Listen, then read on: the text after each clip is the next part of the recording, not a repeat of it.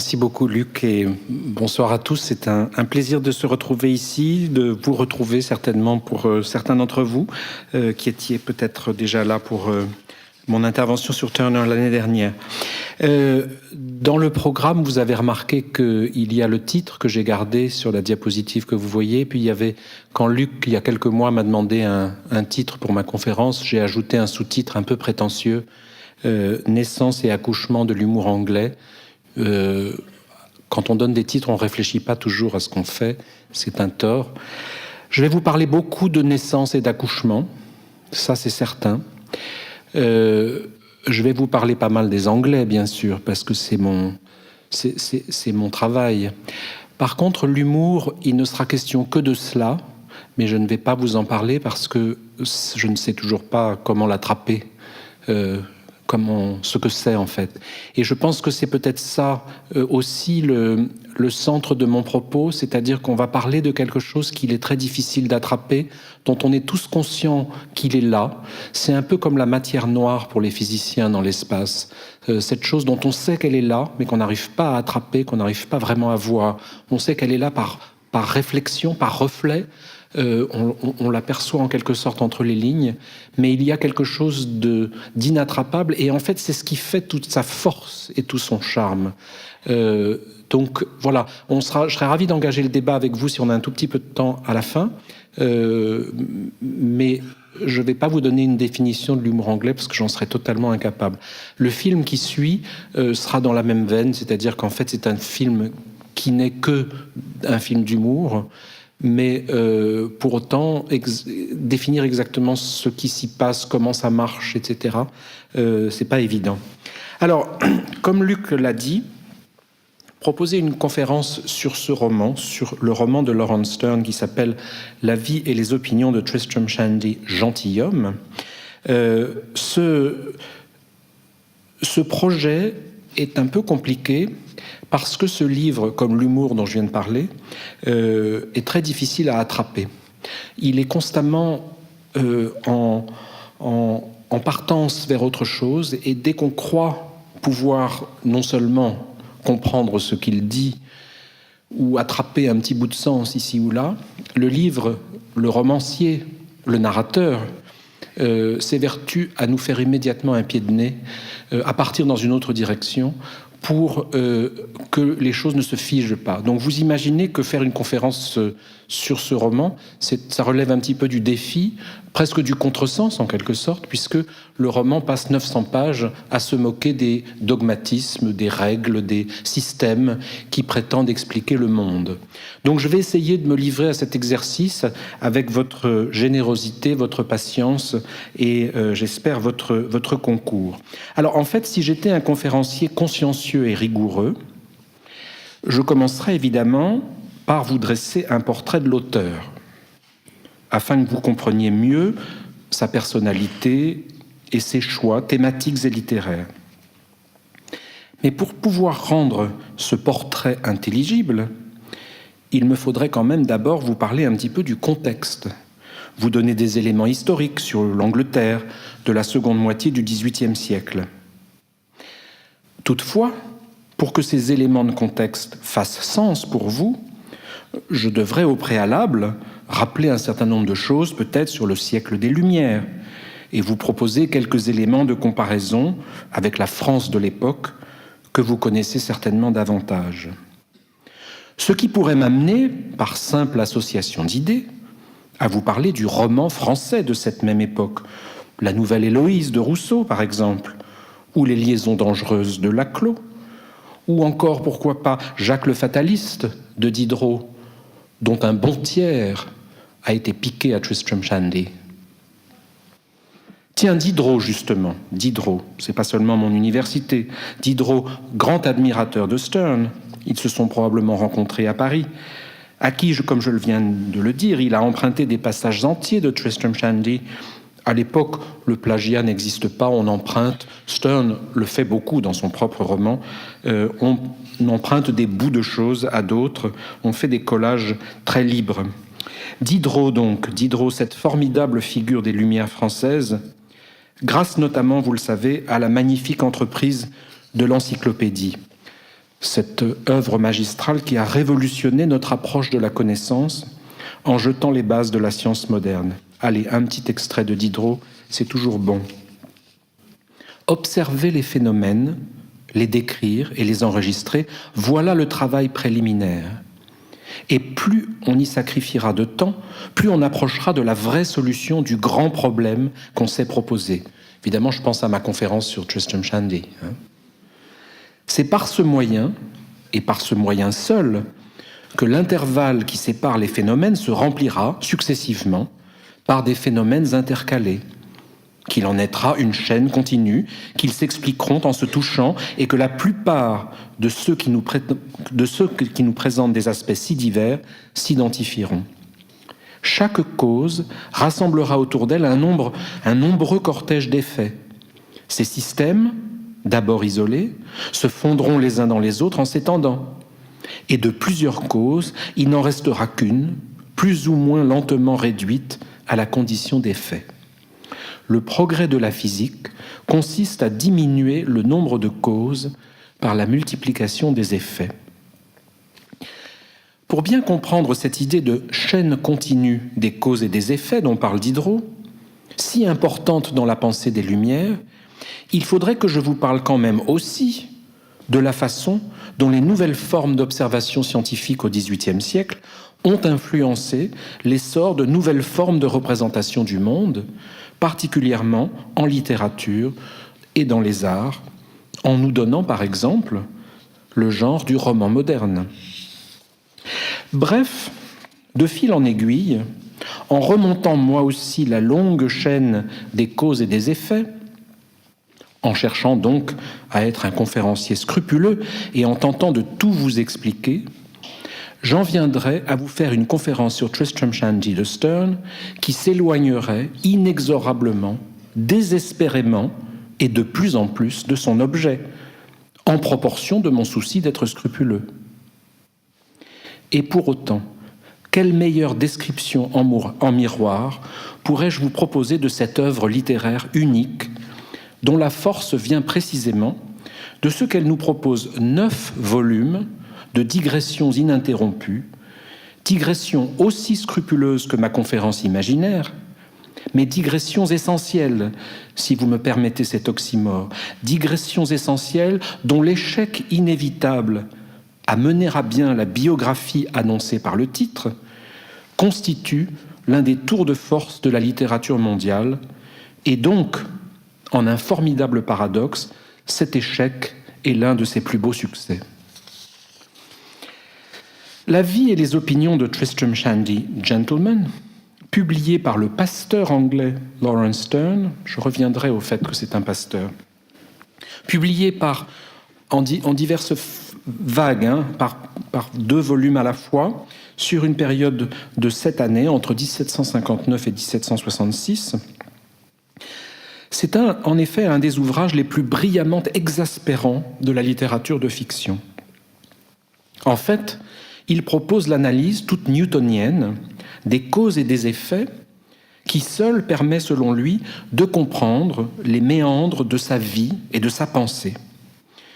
Le narrateur Tristram entreprend dans ce récit de remonter le mécanisme de son existence depuis l'origine. En toute logique, donc, l'ouvrage s'ouvre sur une forme de primum mobile, la scène de sa conception, au moment précis où le trajet de l'homoncule, l'esprit animal, du spermatozoïde, en employant un terme postérieur, du spermatozoïde qui devait lui donner vie, comment ce trajet fut perturbé par une sotte question de sa mère. Walter Shandy, tout en honorant son épouse, avait-il bien pensé aussi à remonter l'horloge familiale, les 2 activités participant de la même routine hebdomadaire tous les dimanches soirs. Je vais vous lire ce premier chapitre parce que c'est quand même beaucoup plus intéressant que ce que je vous raconte. Je vais vous le lire intégralement pour que vous ayez un petit peu un goût de ce texte. Ensuite, je vous donnerai d'autres extraits. Vous voyez, ça commence bien. Que mon père ou ma mère ou même les deux à la fois, puisqu'ils y étaient également tenus par devoir, que n'ont-ils regardé de plus près au moment de m'engendrer ? S'ils avaient dûment pourpensé toutes les conséquences de l'acte qu'ils étaient en train d'accomplir, s'ils avaient songé qu'il y allait non seulement de la génération d'un être doué de raison, mais peut-être aussi des heureuses proportions de son corps et qualités de son tempérament, que dis-je, du génie et du tour d'esprit qu'il posséderait en propre, et même, ce qu'il ne pouvait imaginer jusqu'à preuve du contraire, que la destinée de toute sa famille allait dépendre des humeurs et des dispositions qui les dominèrent au moment fatidique. Bref, s'ils avaient dûment pesé toutes les données de l'affaire, s'ils avaient agi en conséquence, je suis intimement persuadé que j'aurais montré au monde un tout autre visage que celui sous lequel je risque d'apparaître au lecteur. Croyez-moi, braves gens, l'affaire n'est pas aussi futile que tant d'entre vous le pensent. Vous avez, j'imagine, tous entendu parler des esprits animaux, de la manière dont ils sont transfusés du Père au Fils, et tout ce qui s'ensuit, ainsi que de 1000 et 1000 autres détails sur le sujet. Eh bien, croyez-moi sur parole, le bon sens dont un homme sera anéanti, ou la sottise dont il sera affligé, comme les succès ou les revers qu'il connaîtra dans le monde, bref, tout ceci dépendra à 90% du mouvement et de l'activité déployés par les 10 esprits animaux, des diverses directions que vous leur aurez fait prendre, comme du train où vous les aurez menés au moment de l'opération en question. L'impulsion, une fois donnée, bonne ou mauvaise, peu importe, les voici lancés à grand randon, bredis, bredas, breliques, breloques, comme des furieux enfuis de la maison des fous. Et à force de battre et rebattre la semelle sur le même sol, ils, les esprits animaux, ils s'y feraient une route aussi unie et douce au pas qu'une allée de jardin, une route à laquelle ils s'accoutument, si bien que le diable en personne ne saurait les en détourner d'un iota. « Dites-moi, mon ami, je vous prie, dit ma mère, n'avez-vous pas omis de remonter la pendule ?» « Bon Dieu !» s'écria mon père, mais en prenant bien soin de bémoliser du même coup son exclamation. « Mais est-ce qu'une femme, depuis la création du monde, est-ce qu'une femme a jamais interrompu un homme avec une question aussi stupide ?»« Mais, permettez-moi, que disait votre père ?»« Rien. » Donc, vous voyez l'esprit. Vous voyez la complication, et ça se complique du fait que, si on lit bien ce chapitre, ce sur quoi Tristram insiste, c'est sur le fait qu'en fait, il aurait dû être quelqu'un de complètement différent. Donc non seulement il va passer le livre à essayer de nous expliquer qui il est, mais de surcroît, avec ce préambule très important, qu'en fait, même s'il y arrivait, de toute façon, il aurait pu être quelqu'un de complètement différent. Vous voyez que c'est mal parti, hein ? Bref, en tout cas, conscient des nécessités imposées par une logique de cause et effet, mais également et immédiatement soumis aux imprévisibles sinuosités qu'entraînent de telles associations d'idées, Tristram se retrouve embarqué dans un récit autobiographique d'une arborescence exponentielle de plus en plus vertigineuse. Tentant de reconstituer à rebours, par touches contiguës, l'univers familial au sein duquel il a fait son entrée dans le monde, il est amené à reconnaître la singulière situation de son entreprise. Au milieu du volume 4, nous sommes ici, page déjà 422 pages qu'on a déjà lues, force lui est de faire le constat suivant. Je suis ce mois-ci plus âgé de toute une année que je n'étais il y a 12 mois à pareille époque. Or, vous l'apercevez, me voici presque parvenu au milieu de mon 4e volume, et je n'en suis encore qu'à la première journée de ma vie. Il est donc parfaitement clair qu'à l'heure présente, il me reste à relater 364 journées de vie de plus qu'à l'instant où je taillais ma plume pour écrire le premier mot de cette histoire. Ce qui fait qu'au lieu de progresser dans mon ouvrage, comme un écrivain ordinaire, à proportion de la besogne que j'y ai accomplie, me voici au contraire tout bonnement rejeté d'autant de volumes en arrière. J'aurais beau écrire tant que je voudrais, et sauter directement au beau milieu de mon histoire, selon la recommandation d'Horace, je ne me rattraperai jamais. Au-delà de l'humour, flûte, j'avais dit que j'en parlerais pas, bon, tant pis. Au-delà de l'humour, ou est-ce avec lui, le roman de Sterne offre en fait l'une des réflexions les plus approfondies de la littérature occidentale sur la notion de sujet en fiction. À une époque, celle des Lumières, où tous les romans anglais, tous les nouveaux romans anglais, proposaient l'histoire d'individus singuliers. Tous racontent l'histoire d'un individu singulier, en quelque sorte quelqu'un comme vous et moi. Gulliver, Robinson Crusoe, mais aussi Moll Flanders, Roxana, Pamela, Clarissa Harlow, Joseph Andrews, Tom Jones, etc. Je pourrais vous en citer des dizaines d'autres. Ce qui est très frappant, c'est qu'ils portent tous le nom d'un individu. Donc il y a quand même, comme diraient les critiques, un tropisme là. Il y a une sorte de focalisation sur l'individu. Et qu'est-ce que c'est que l'individu? Comment décrit-on l'histoire d'un individu? Ce qui est intéressant, si vous voulez, c'est que les histoires proposées par ces romans, ces nouveaux romans anglais, sont celles de trajets. Ce sont souvent des très longs romans. Tom Jones, c'est 18 volumes, 950 pages, 263 chapitres.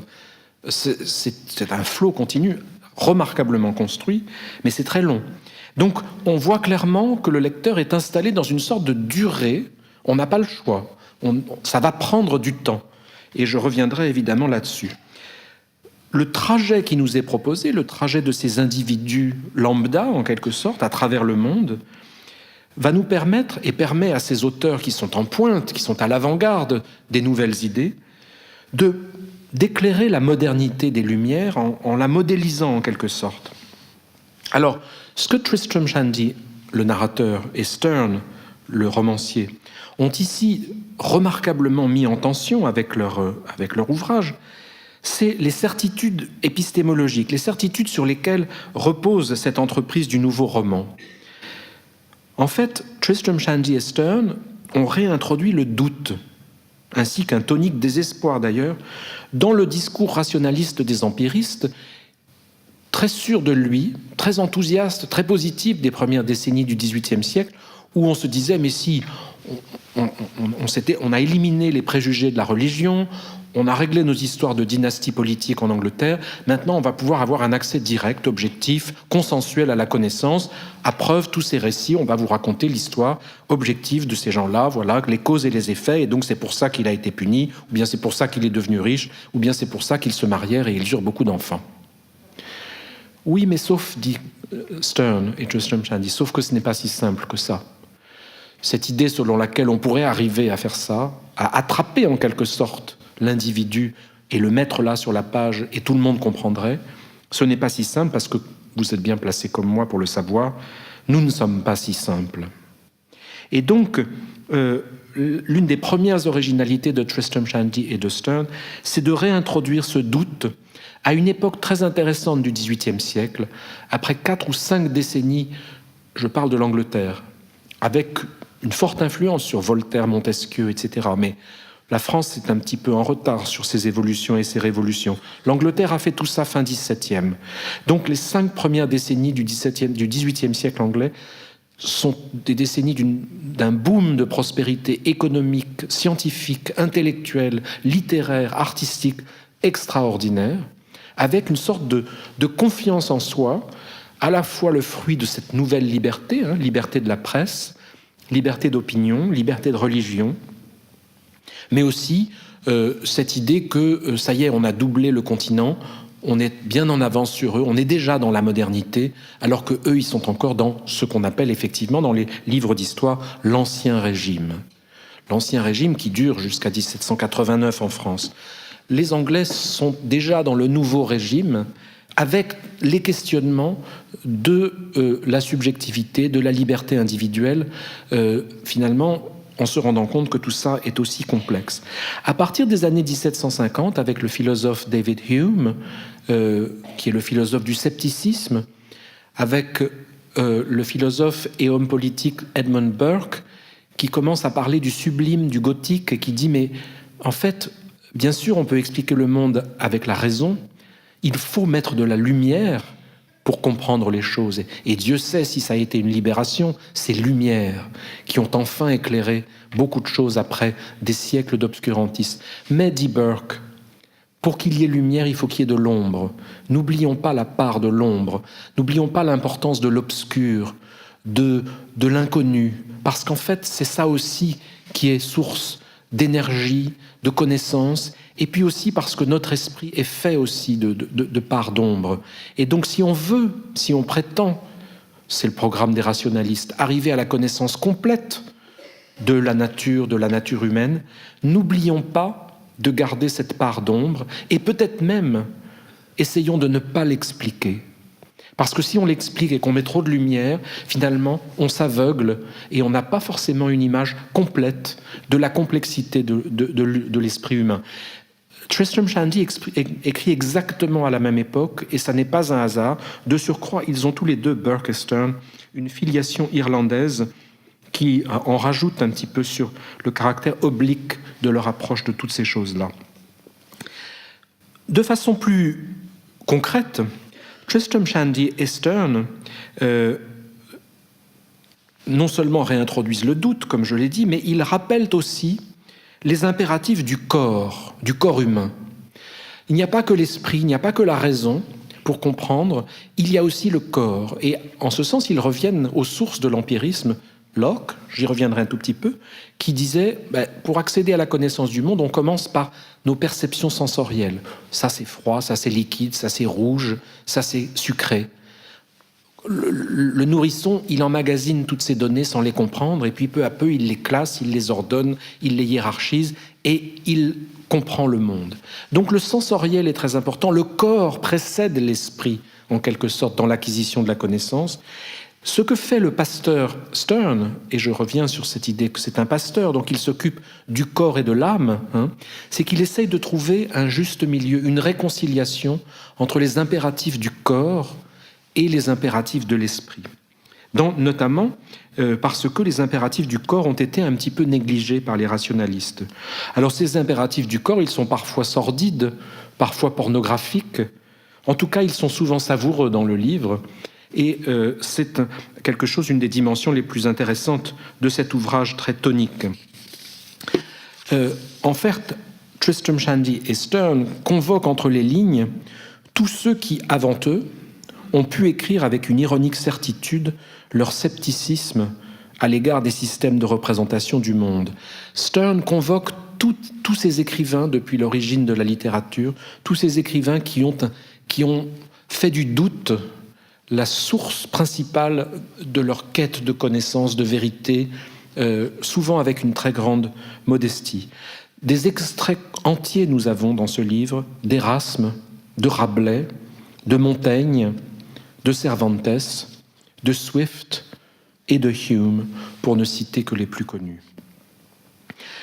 Engagé dans un utopique combat qui est d'ailleurs probablement celui de tous les conteurs, le narrateur et l'auteur se livrent à une course-poursuite effrénée contre le temps et la mort, à grand renfort d'aposiopèses, d'ellipses, de phrases ou chapitres interrompus, de mots tronqués, de signes typographiques de substitution.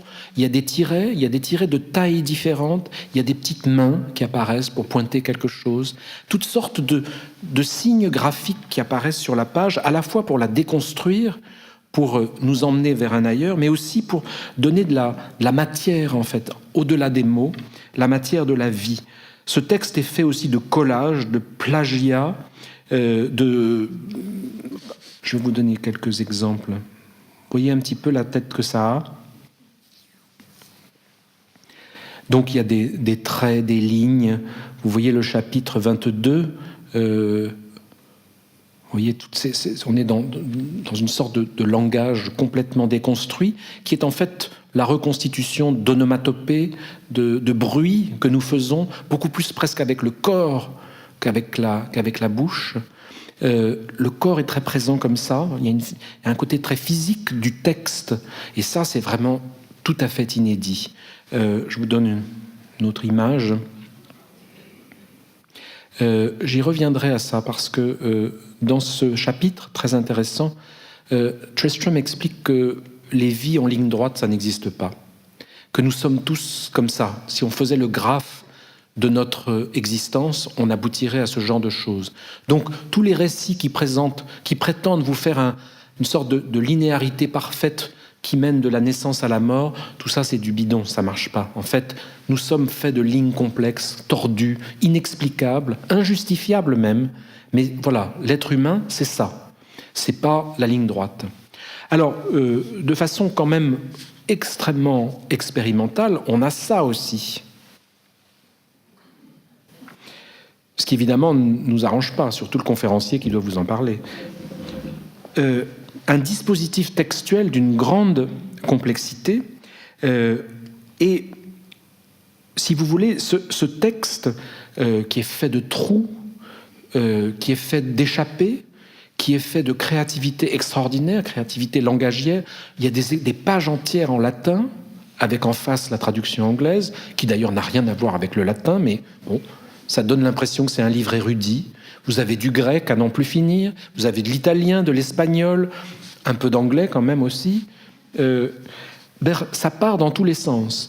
Et cet effet de collage, je vous parlais tout à l'heure d'un livre horripilant, d'un livre exaspérant, a fait que d'ailleurs beaucoup de gens renoncent à le lire, parce que c'est vrai que c'est une aventure de lire ce texte, mais évidemment c'est une aventure dont il est intéressant d'essayer de comprendre la raison d'être. De surcroît, comme je l'ai dit tout à l'heure, l'énergie principale de ce texte, c'est la digression, c'est-à-dire, comme le début de ma conférence imaginaire, pour vous parler de Sterne, il faut que je vous parle du siècle de lumière, pour vous parler du siècle de lumière, il faut que je vous parle d'autre chose, etc. Bref, et puis je pars dans un sens, et puis ce sens-là m'amène à quelque chose d'autre, qui m'amène à penser à quelque chose, etc. Ce qui fait que, à partir de la page 25, vous êtes perdu déjà, et il en reste 900 et quelques. Ça part, comme les lignes qu'on a vues à l'instant, ça part un petit peu dans tous les sens. Sauf que ça, c'est très vrai, parce que nous fonctionnons comme ça toute la journée. On a un projet de journée, généralement. On sait en gros à quelle heure on va se lever, ce qu'on va faire, etc. Mais il y a énormément de moments dans la journée où finalement, on revient en arrière dans la rue parce que, tiens, on a vu un truc dans un magasin, dans la vitrine. Voilà, un petit zigzag qui n'était pas prévu au départ. On change d'avis parce qu'on a reçu un coup de fil et que finalement, on va modifier son projet. Le bus est en retard de 10 minutes, donc on va manquer un truc. Vous voyez, c'est constamment ça. Et donc, finalement, en nous proposant ce livre « Espace désordonné », vous voyez que Tristram et Sterne s'approchent en fait beaucoup plus de ce que c'est que l'existence humaine, plutôt qu'un récit narratif. Il était une fois, tralala, ils se marièrent et ils eurent beaucoup d'enfants. Donc, cette entreprise de déconstruction est aussi en même temps, quand on commence à rentrer dans ce jeu, une formidable entreprise de construction, de représentation véritable de la complexité de l'existence humaine. On est quand même un bon siècle avant la psychanalyse. Une autre petite citation pour vous expliquer cette histoire d'énergie. En un mot, mon ouvrage est digressif, mais aussi progressif, et j'y insiste. Il est les deux en même temps. L'ouvrage relie l'essentiel et l'accessoire par un réseau si serré d'intersections, multipliant sans fin les combinaisons entre mouvements digressifs et progressifs, instituant une si belle solidarité entre tous les rouages que la machinerie entière n'a pratiquement jamais cessé de tourner. Après tout, l'ambition principale du poète, c'est de faire un pied de nez à la mort, de laisser une trace que même quand il sera mort, la mort ne pourra pas effacer.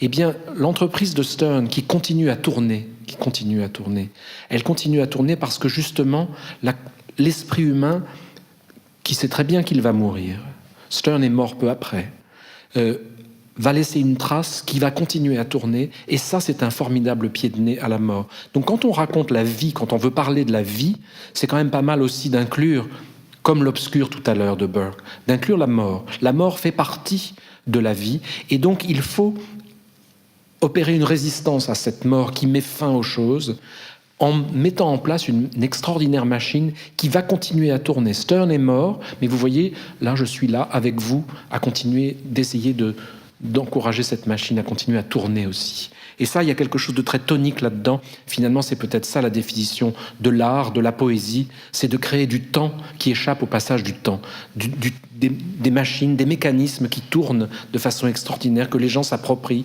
d'époque en époque et qui sont des pieds de nez à la mort.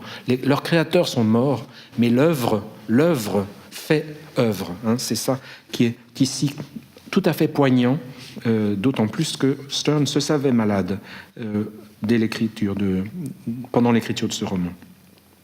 Alors, le texte s'arrête quand même à un moment donné, à un bout de 900 et quelques pages, mais il est interrompu plutôt qu'inachevé. Il s'arrête parce que de toute façon, d'abord, il prolifère tellement par ailleurs que c'est pas grave s'il s'arrête. Et d'autre part, comme il n'est pas achevé, il ne se marièrent pas et il n'y aura pas beaucoup d'enfants à la fin. Le texte s'arrête parce que c'est plus la peine de continuer. De toute façon, si on a compris, ça va continuer, on va tous continuer. Et les pages blanches que je vous ai montrées, finalement, rien ne vous empêche de les remplir vous-même. Vous pouvez ajouter des choses. J'y reviendrai à la page blanche à la toute fin de mon intervention, parce qu'il y en a une qui est magnifique. Vous me direz, toute page blanche ressemble à vos pages blanches. Non, mais il y en a une qui a un statut particulier que je vous montrerai. En fait, lorsque Sterne pose le crayon, il a fait amplement la démonstration de l'infinitude de son texte. Il a peut-être gagné son combat contre la mort. Une année plus tard, dans les mois qui ont précédé, dans les semaines même qui ont précédé sa mort, Sterne propose une sorte de quintessence de tout ça dans un ouvrage absolument magnifique, un court texte aux antipodes de Tristram Shandy, 80 pages, qui s'appelle « Un voyage sentimental en France et en Italie ». Quatre tout petits volumes étaient prévus, mais il n'en a écrit que 2. La partie italienne n'existe pas, ce qui est plutôt d'ailleurs assez amusant, parce que je pense que ça lui aurait plu de raconter un voyage sentimental en Italie sans parler de l'Italie. C'est une épure formidable, d'une architecture textuelle totale. C'est un texte ultime, fait d'économie et d'émotion, comme je l'ai dit, quelques dizaines de pages seulement. La communion du poétique et de l'organique, du corps et de l'âme, la synthèse parfaite qui parachève tout le travail expérimental fait par ce pasteur du Yorkshire dans Tristram Shandy. Les 2 livres ouvrent l'espace infini de l'imaginaire, qui est seul susceptible, évidemment, de transcender notre condition de mortel. Ce n'est pas un mince souci pour le pasteur de nous aider à transcender notre condition de mortel. Cette présence de la mission religieuse me paraît importante pour comprendre l'entreprise de Sterne. Alors, on l'imagine aisément, cette œuvre de Sterne, Tristram Shandy, qui a été rangée dès l'origine, traduction immédiate dans plusieurs langues en Europe, grand succès de librairie, a été rangée immédiatement dans la catégorie des grandes entreprises de fiction philosophique, aux côtés de Rabelais, de Swift, souvent cités, mais aussi par la critique depuis, postérieurement, a été rapprochée des entreprises de Joyce, de Proust ou de Borges, avec cette même inventivité textuelle, ce même travail sur la mémoire et le temps, le passage du temps, que vous connaissez bien. Bon, comme vous l'imaginez aussi, et j'en suis un avatar, ce livre a donné du grain à moudre à un grand nombre d'écoles critiques, depuis les formalistes russes des années 20 aux déconstructionnistes du début du XXIe siècle, des narratologistes, Roland Barthes, Gérard Genette, dans les années 60-70 en France, aux psychanalystes qui s'en sont donnés à cœur joie, tant le corps est présent dans ce texte. Bref, cette abondante littérature secondaire qui a pris l'œuvre en charge, parfois on a un peu l'impression qu'ils ont aussi pris l'œuvre en joue, tout ça offre un florilège de morceaux de bravoure que je vais vous épargner, mais qui aurait certainement enchanté Sterne. La complexité, l'essentielle liberté de son projet, semblant autoriser, chez ses exégètes, une certaine exubérance du jugement. Parmi eux, parmi les exégètes, les gens qui se sont saisis de ce texte, il y a bien entendu les traducteurs, qui se sont coltinés cet ouvrage impossible. Ils ont dû affronter en première ligne la masse d'érudition, d'allusions, d'ambiguïté d'un texte absolument insaisissable, dont la créativité, la prolifération langagière un peu comme celle du Finnegan's Wake de James Joyce, si vous le connaissez, semble proprement intransposable. Alors, il existe 2 traductions françaises de ce texte. Une première de Charles Moron, professeur à la Sorbonne, qui date des années 1940, toujours publiée chez Flammarion. C'est une traduction très fidèle, très scrupuleuse, mais très littérale, et qui finalement aboutit à un texte français assez plat par rapport à l'original, assez unidimensionnel, qui peine à faire ressentir, je trouve, l'ébouriffante originale. Procédant d'une toute autre démarche, une nouvelle traduction proposée entre 1998 et 2004 par Guy Jouvet aux éditions Tristram, maison d'édition qui s'est créée dans les années 1990 et dont la première publication était cette traduction historique. C'est la première fois que quelqu'un se retentait l'aventure. Cette traduction de Guy Jouvet tente avec un bonheur certain, c'est celle que je vous ai lue, de plonger assez radicalement le lecteur francophone dans cette aventure textuelle jubilatoire et effrénée. C'est une traduction iconoclaste, inventive, qui privilégie le mouvement, le dérangement, la gêne, les effets de surprise, et donc à ce titre est assez fidèle à ce que l'original cherche à faire. Cette traduction donne à lire un texte foisonnant, horripilant, alors vraiment horripilant, parce qu'il y a une érudition qui prolifère, et c'est quelque chose qui est très agaçant, parce qu'on voit bien que c'est ludique, mais parfois c'est pas drôle. Mais c'est surtout une traduction qui, je trouve, rend bien la texture, le grain du texte original, remarquablement proche de l'esprit, plutôt que de la lettre, proche de l'esprit, ou disons de l'esprit de la lettre, de l'original. Autre tentative d'adapter, la tentative magnifique d'adaptation en bande dessinée de Tristram Shandy par le très grand caricaturiste anglais Martin Rowson, grand artiste pictural dans la tradition des Blake et autres praticiens de ce type d'art. Alors, cette bande dessinée est d'une infidélité complètement assumée au roman de Sterne, d'une même liberté de ton, de créativité, et en fait, elle également parvient à rendre compte aussi, mais par ses propres moyens, de la force inventive de ce livre unique. Alors, évidemment, je ne peux pas ne pas mentionner le film de Michael Winterbottom, que vous allez voir un petit peu plus tard, qui s'est risqué à son tour, un peu comme ma conférence imaginaire de tout à l'heure, à une transposition, une adaptation cinématographique à la lettre d'une histoire qui, vous l'aurez compris, est tout simplement, disons tout simplement, une histoire impossible à raconter. Essayer de faire un film avec ça, c'est pas simple. Mais évidemment, Michael Winterbottom a relevé ce défi, un petit peu comme cette affiche du film qui montre un personnage que l'on ne voit pas. Donc on est bien tout à fait dans l'esprit de l'œuvre littéraire. Les acteurs, le metteur en scène, les éclairagistes, les maquilleurs, toute l'équipe du tournage, un peu comme les 6 personnages en quête d'auteur de Pirandello, tout le monde cherche désespérément comment et par où commencer le film, comment enchaîner, comment finir, ou plus précisément comment en finir. Alors, je ne vais pas vous dévoiler tous les secrets délicieux de ce film qui, comme le roman, est aussi exaspérant et désopilant, qui représente un univers absurdement cohérent, si vous me pardonnez ce nouvel oxymore, pastiche de toutes les adaptations en costume dont raffole la BBC, d'Orgueil et préjugés d'après Jane Austen, au phénoménal succès de la série Downton Abbey aujourd'hui, avant la lettre. Mais il y a une sorte de parodie, de satire du film en costume qui participe de façon très jouissive de l'entreprise. Alors, comme le descriptif du programme de ce soir le suggère, nous sommes ici, je crois, dans une veine créative, on se rapproche de mon humour anglais dont je ne veux pas vous parler, une veine créative qui est très proche de celle qui fit le succès des Monty Pythons dans les dernières décennies du XXe siècle.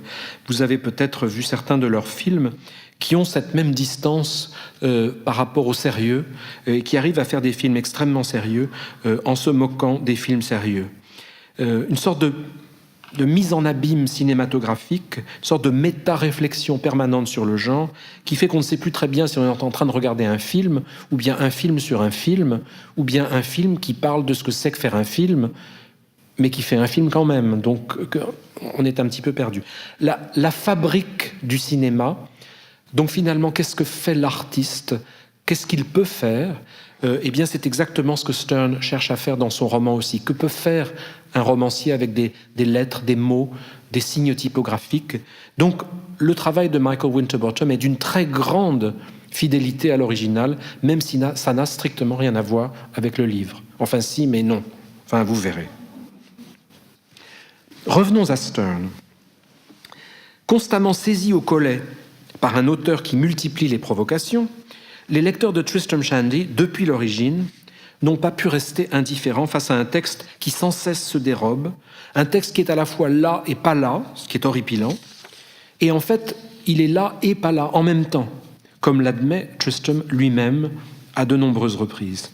Car en fait, dans cette biographie annoncée, je vous rappelle que le titre c'est « La vie et les opinions de Tristram Shandy, Gentleman », dans cette biographie annoncée, c'est bien effectivement le sujet lui-même qui sans cesse est là, puisque c'est Tristram qui raconte l'histoire, mais qui en fait n'est pas là, vous vous souvenez du premier chapitre, puisque jamais il ne parvient à mettre le doigt sur qui il est.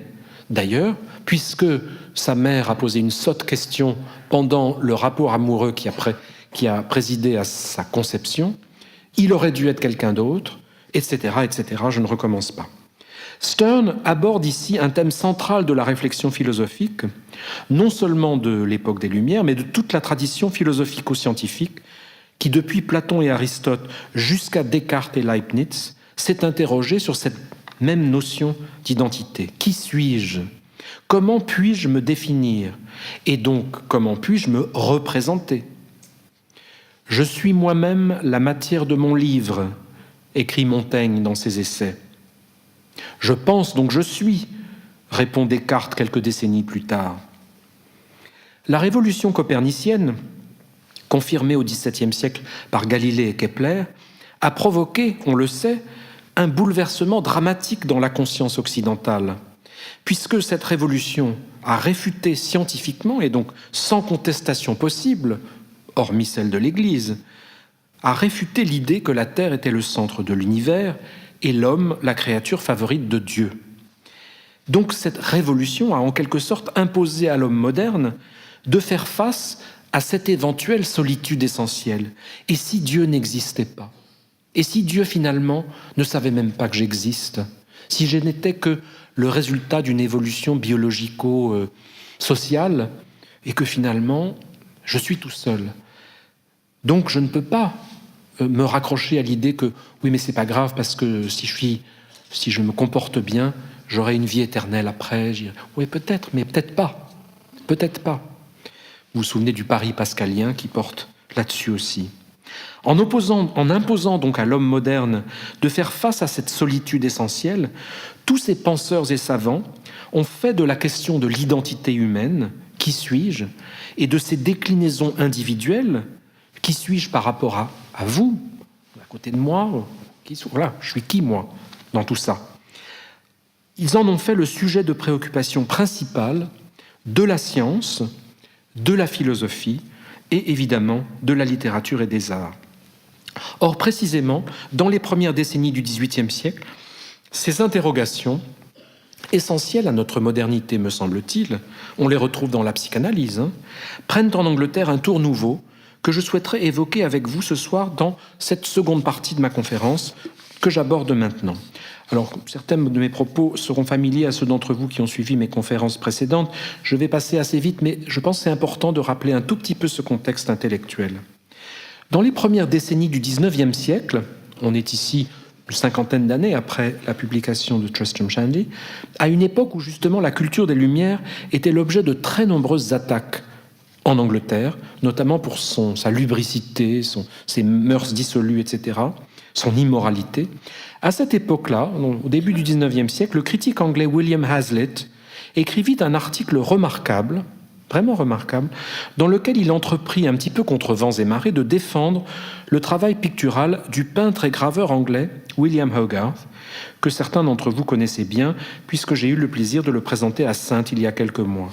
Voici ce qu'écrit Hazlitt, pardonnez-moi cette citation un peu longue, ce sera une des dernières. Hogarth a représenté les mœurs et les humeurs des hommes dans l'action, et leur caractère par une expression variée. Tout dans ces images a de la vie et du mouvement, life.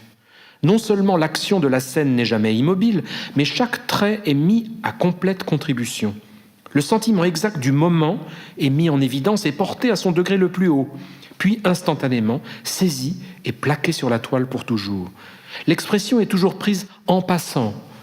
L'expression est en français dans l'anglais. À un stade de sa progression ou de ses changements, et pour ainsi dire au moment saillant. Le mérite de ces images ne dépend pas de la nature du sujet qu'il choisit, mais de la connaissance qu'elles nous en présentent, du nombre d'idées qu'elles excitent en nous, de ce fond de pensée et d'observation qu'elles contiennent. Il faut les étudier comme des travaux scientifiques, autant que des objets d'amusement. Elles satisfont notre amour de la vérité, elles comblent le vide de l'esprit. Ensemble, elles forment une série de planches d'histoire naturelle et de cette partie la plus intéressante de l'histoire naturelle, l'histoire de notre propre espèce. Comme je l'ai indiqué dans cette seconde partie de conférence, afin que vous puissiez mieux comprendre l'entreprise littéraire de Sterne dans Tristram Shandy, je voudrais évoquer rapidement le contexte intellectuel au sein duquel l'entreprise de Hogarth, comme celle de Sterne, a vu le jour, et en particulier la nouvelle philosophie épistémologie, si vous voulez, c'est-à-dire cette théorie de la connaissance, comment est-ce qu'on apprend les choses, et donc comment est-ce qu'on apprend qui on est, nouvelle philosophie qui est apparue à la fin du XVIIe et au début du XVIIIe siècle en Angleterre, avant tout autre lieu en Europe. Et ça, grâce avant tout aux travaux, aux expériences et aux publications du mathématicien Isaac Newton et du philosophe de l'empirisme John Locke, et évidemment de leurs émules et de leurs assistants et de ceux qui les ont suivis. Plus précisément, je voudrais parler des conséquences de cette nouvelle philosophie sur la façon dont les Anglais ont modifié leur regard sur la nature, et la nature humaine en particulier. Et vous voyez que je suis bien au cœur de mon sujet.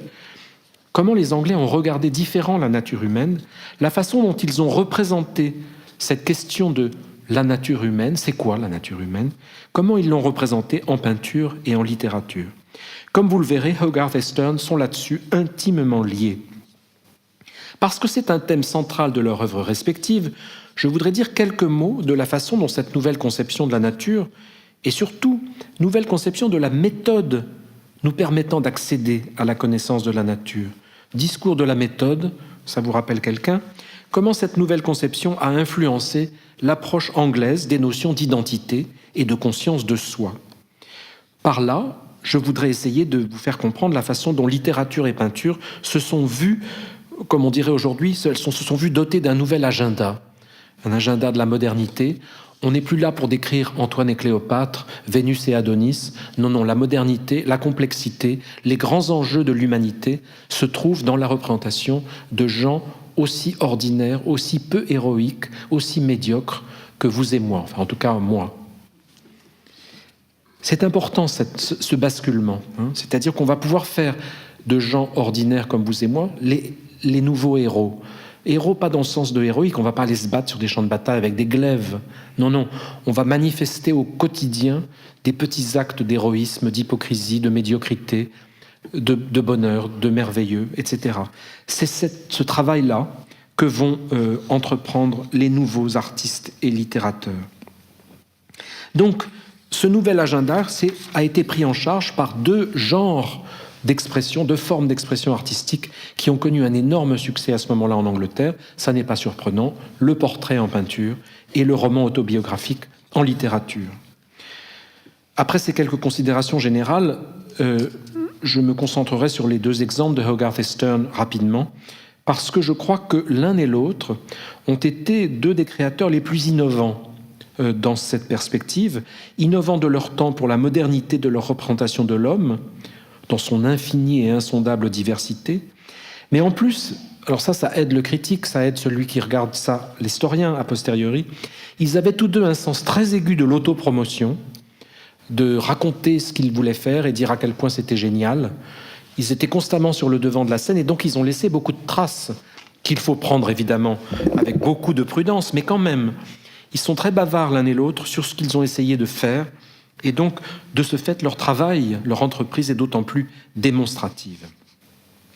Alors, venons-en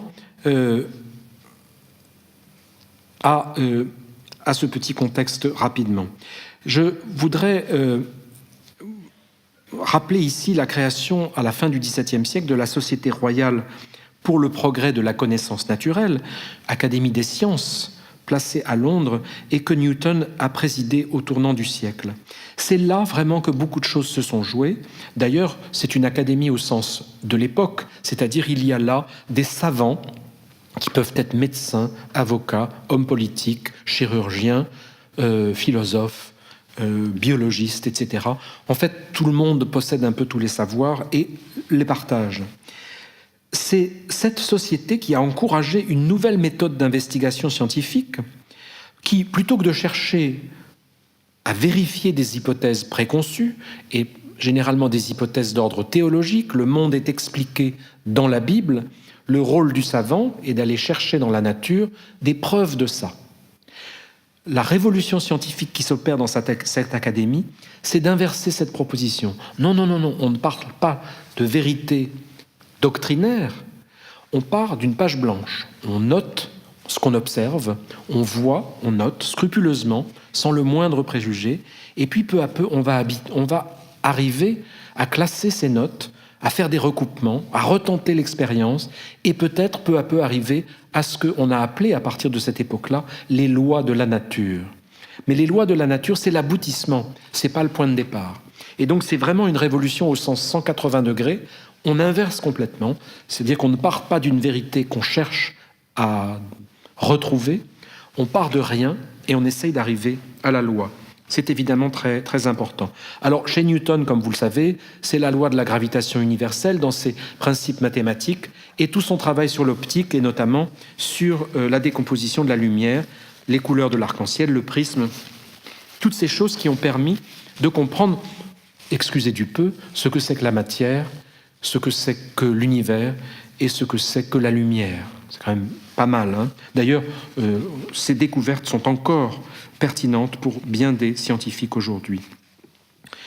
À la même époque, son ami, son collègue à l'Académie des sciences, John Locke, formalise un petit peu cette nouvelle révolution avec son essai sur l'entendement humain, dans lequel il développe les principes de cette nouvelle vision empiriste, c'est-à-dire la connaissance vient de l'expérience. Il faut commencer par faire des expériences, les renouveler en modifiant les paramètres, en voyant ce que ça change, etc.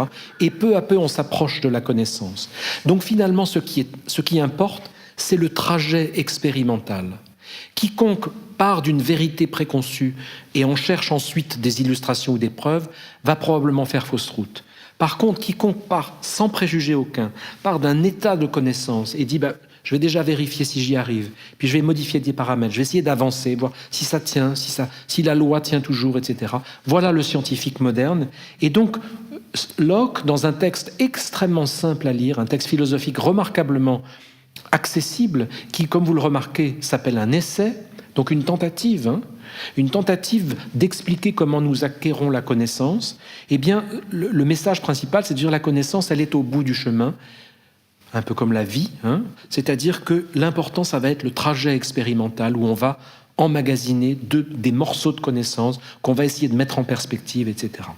Alors, grâce à la remarquable liberté de la presse, qui est à ce moment-là en vigueur en Angleterre, la dernière loi sur la censure est tombée en désuétude en 1695, ça n'a l'air de rien ça, mais c'est vraiment important.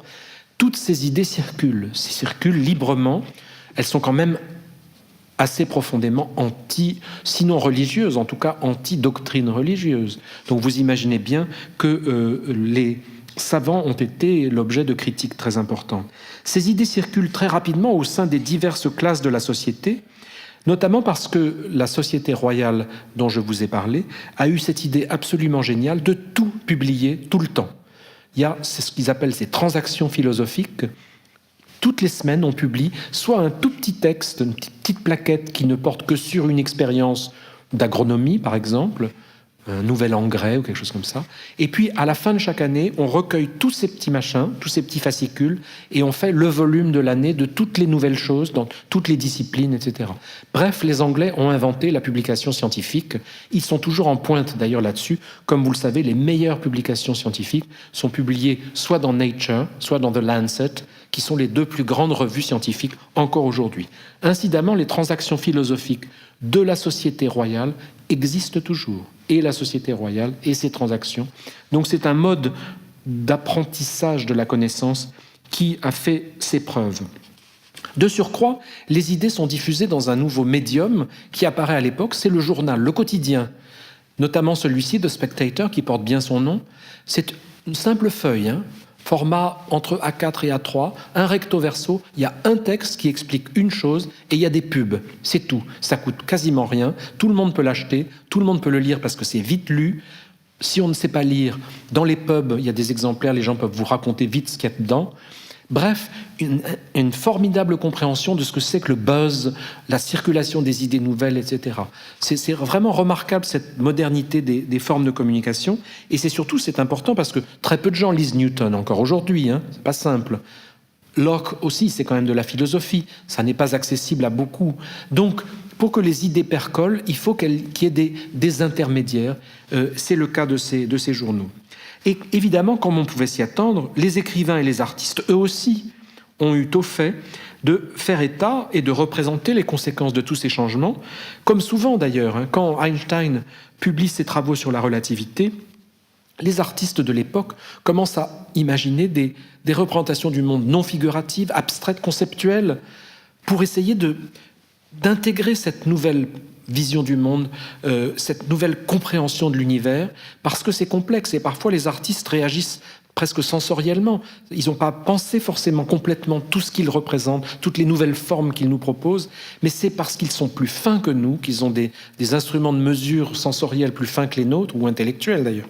Immédiatement, ils réagissent. Ils nous proposent des prolongements dans le domaine de l'art, de la littérature ou d'autres formes d'expression. Ils nous proposent la prise en charge de ces nouvelles idées pour les voir différemment, comme si on tournait un objet pour voir sous différents angles.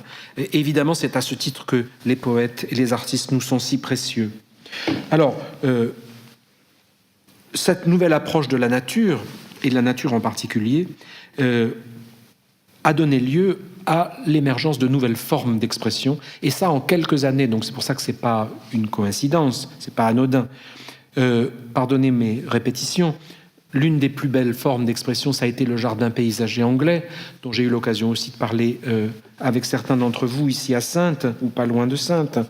Jardin paysager anglais qui s'oppose au cadrage rationnel, symétrique et artificiel du jardin à le nôtre, du jardin à la française, pour une forme beaucoup plus naturelle, beaucoup plus picturale, serpentine, irrégulière, qui est en fait tout aussi sophistiquée et artificielle que son anti-modèle français, mais qui est présentée comme l'emblème du naturel, de la liberté anglaise, et qui permet aux visiteurs, à chaque visiteur, d'avoir un rapport plus expérimental, plus personnel et sensoriel à la nature, donc à la création divine. Ce rapport individuel, subjectif à la nature, ça c'est vraiment nouveau. Et puis c'est pas seulement quelques savants, c'est tout le monde qui accède, qui a droit à ce lien privilégié avec la nature. Comme vous le savez, Rousseau s'en souviendra avec ses fameuses rêveries du promeneur solitaire, exactement contemporaines de Tristram Shandy. De même en littérature, j'en ai déjà parlé, un nouveau genre de roman en prose apparaît, le roman qui entreprend de problématiser les causes et les effets, je l'ai déjà dit, de l'intégration d'un individu moderne ordinaire dans la nouvelle société urbaine avec ses nouvelles valeurs, dans l'Angleterre contemporaine. Et puis enfin, en art, on voit apparaître une école anglaise de peinture qui va se saisir de cette façon de voir la nature et la nature humaine et qui va nous proposer un genre de portrait qui n'a rien à voir avec le portrait en vogue, en vigueur à cette époque, qui est un portrait abstrait, idéalisé. où on gomme tout ce qui rappelle notre existence humaine. Quand vous voyez un tableau d'un courtisan de Louis XIV ou du roi, etc., à aucun moment il ne vous traverse l'esprit qu'il vient de se brosser les dents ou qu'il va aller prendre son petit déjeuner. Ça n'est absolument pas ce que cette esthétique-là essaye de faire. Au contraire, on essaye d'immortaliser la personne en enlevant tous les détails qui rappellent qu'il y a de la vie ordinaire, etc. Avec le portrait anglais moderne, au contraire, on est en prise directe avec une vie, on essaye d'attraper, vous vous souvenez de ma citation de départ, d'attraper un morceau de vie et d'en rendre compte ici, dans un tableau qui va essayer d'être le plus en mouvement possible, même si ce mouvement est éphémère, et à ce titre d'ailleurs émouvant. Alors je ne vais pas vous refaire mes analyses de tableaux évidemment, mais on parle de tableaux, de portraits de conversation, précisément parce qu'on ne représente plus l'individu seul dans un costume atemporel avec un fond néoclassique qui pourrait se trouver n'importe où. Non, on représente l'individu en réseau, en conversation avec d'autres, comme si l'artiste n'était pas là, parce que notre existence est faite de réseaux et notre identité, qui nous sommes, dépend beaucoup de nos réseaux. La raison pour laquelle vous avez un nom et un prénom, c'est pas pour faire joli, c'est précisément pour qu'on puisse, à l'intérieur de votre famille, par le prénom, vous distinguer des autres, et avec votre nom de famille, vous distinguer des autres familles. Donc, on voit bien que un très grand nombre de nos dénominations sont dépendantes du fait que nous vivons constamment en réseau. Et donc, cette peinture de conversation a pigé ça de façon très intéressante et donc propose un tout nouveau regard sur l'identité. Nous ne sommes pas des abstractions, nous sommes du flux, du mouvement, du parcours, du réseau, et ça c'est vraiment quelque chose de remarquable. Alors, pour résumer, on pourrait dire, si vous voulez, que l'une des grandes originalités de cette Angleterre du XVIIIe siècle a été en quelque sorte l'invention de la première personne. C'est un peu audacieux comme formulation, mais je vous montre ici 5 très beaux autoportraits du peintre Reynolds à différents moments de sa vie. Vous voyez, dans différentes humeurs. Le prof qui a eu un doctorat honoris causa à l'université d'Oxford, mais aussi le vieil homme qui entend plus très bien, le jeune homme plein d'audace qui voit au-delà de l'horizon, l'artiste abattu, pâle, malade. Voilà, c'est cette idée que... Alors, lequel est le bon ? Eh bien, tous sont bons et tous sont partiels. Donc, il faut renouveler l'expérience plusieurs fois. Il faut remettre ça, il faut revenir, recommencer, etc. Vous voyez que ça n'est pas sans poser toutes sortes de problèmes intéressants, y compris, évidemment, aux romanciers. Alors, j'en viens à cette idée d'invention de la première personne. Qu'est-ce que je veux dire par là ? Évidemment, il y a de la première personne avant, à commencer par Montaigne, c'est bien connu. Ce que je veux dire, c'est que pour la première fois, dans ce régime embryonnaire de démocratie qu'est la monarchie parlementaire installée en Angleterre en 1688, pour la première fois, et ça ne va pas cesser de croître, on commence à dire aux gens que oui, ils peuvent dire « je suis d'accord, je pense que, j'aime, non, je n'aime pas ». Je suis content qu'on me demande mon avis. Bref, il ne faut pas oublier que jusqu'à la fin du XVIIe siècle, 98% de la population s'appelle le peuple et on ne leur demande jamais leur avis. Le roi est mort, vive le roi, on ne change rien, on continue comme ça. Pour la première fois, on va essayer de composer une société, et ça n'est pas simple, on est bien placé pour le savoir, on va essayer de composer une société où on va tout le temps laisser la possibilité à chacun d'exprimer son opinion, ses goûts, ses dégoûts, etc. C'est très compliqué d'organiser ça, mais c'est évidemment une source de progrès humain formidable. Donc, les Anglais, bien avant le reste du monde, à part quelques grands philosophes en France, vont se coltiner cette question, c'est-à-dire l'identité plurielle, l'identité individuelle, les subjectivités. Comment est-ce qu'on fait une conversation, un contrat social, dira Rousseau, intelligent, viable, et donc pour ça il faut bien comprendre ce que c'est que l'individu, l'humanité, la vie et les opinions de Tristram Shandy. C'est important de replacer, vous voyez, l'entreprise de Sterne dans ce grand contexte-là. Alors, je l'ai rappelé, je ramène mes titres de romans simplement pour vous montrer que c'est bien ça qui les préoccupe tous, hein, depuis le Robinson Crusoe de Defoe. Vous vous souvenez de l'histoire. naufrage, il se retrouve tout seul sur une île déserte, il va falloir qu'il se débrouille pour reconstituer ses réseaux. Il part d'une page blanche, exactement celle que Locke nous décrit. Au départ, nous sommes une page blanche, on emmagasine des trucs, je ne sais pas ce que c'est que cette île, je ne sais pas s'il y a des gens qui habitent dessus, je ne sais pas ce qu'on y mange, je ne sais pas si les plantes sont bonnes, je ne sais pas s'il va repasser des bateaux, je ne sais pas s'il y a des marées. Bref, reconstituer tout un univers, et ça n'est pas simple. Tous les autres romans que je vous montre ici, que ce soit les voyages de Gulliver ou tous les autres, vraiment mettre un personnage comme ça dans une éprouvette pendant quelques centaines de pages et secoue tous les chapitres pour voir quelle couleur ça donne et comment ça avance, comment ça progresse. Et peu importe qu'ils se marient à la fin et qu'ils aient beaucoup d'enfants. C'est d'ailleurs le cas aussi chez cette extraordinaire romancière Jane Austen. On s'en fiche. D'ailleurs, personne n'y croit qu'ils se marient et qu'ils ont beaucoup d'enfants et qu'ils sont heureux à la fin. Elle vient de passer 400 pages à nous montrer que les couples sont vraiment pas heureux du tout. Donc comment est-ce qu'on pourrait y croire? Mais l'important, c'est pas ça. L'important, c'est le trajet expérimental qui nous permet fugacement d'y comprendre un petit peu quelque chose, de voir, ah oui, c'est comme ça, ah ben c'est pour ça, ah mais donc c'est parce que cette relation des causes et des effets qui, par processus d'accumulation, va nous permettre de comprendre qui est quelqu'un.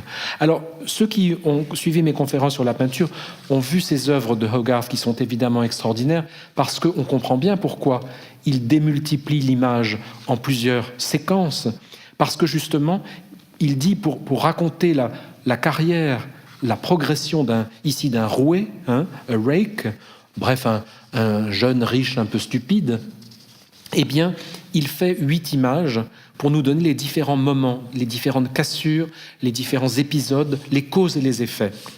Son œuvre la plus connue, Mariage à la mode, est à ce titre absolument remarquable. Et je crois que si vous voulez, cette empreinte du passage du temps dans le développement de la peinture anglaise, je n'ai pas eu le temps de le montrer, peut-être qu'un jour je viendrai parler de ça. On la retrouve dans l'art britannique contemporain, dans les triptyques de Francis Bacon, mais même dans les œuvres actuelles de David Hockney et de nombreux d'autres artistes. Il y a là quelque chose sur lequel on peut dire des choses tout à fait intéressantes.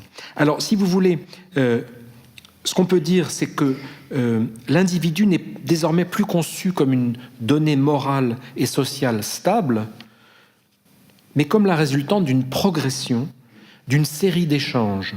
On est dans une société d'inspiration commerciale, il ne faut jamais l'oublier. Le contrat social, c'est aussi un contrat commercial.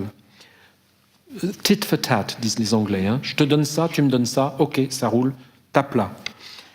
Le cogito cartésien, je pense donc je suis, très intellectuel, celui du jardin à la française, a été un peu remplacé peu à peu en Angleterre par une nouvelle proposition plus gauche, plus expérimentale, qu'on pourrait résumer comme ça. Je fais l'expérience du passage du temps, je me rends compte qu'il s'écoule du temps, que je change, qu'il y a des causes et des effets, et c'est comme ça que je sais que j'existe.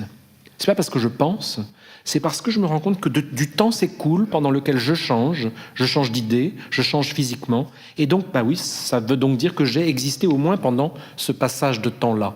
Et donc, pour décrire qui je suis, il faudrait que j'arrive à représenter ce passage de temps. Eh bien, voilà ce que fait Hogarth dans ses séquences d'images. Et évidemment, voilà ce que va faire Sterne dans Tristram Shandy. Il va représenter des séquences de temps qui, finalement, s'approchent beaucoup plus près de qui nous sommes que les grands portraits abstraits qui se voulaient, en quelque sorte, les plus fidèles à l'essence humaine. Alors, je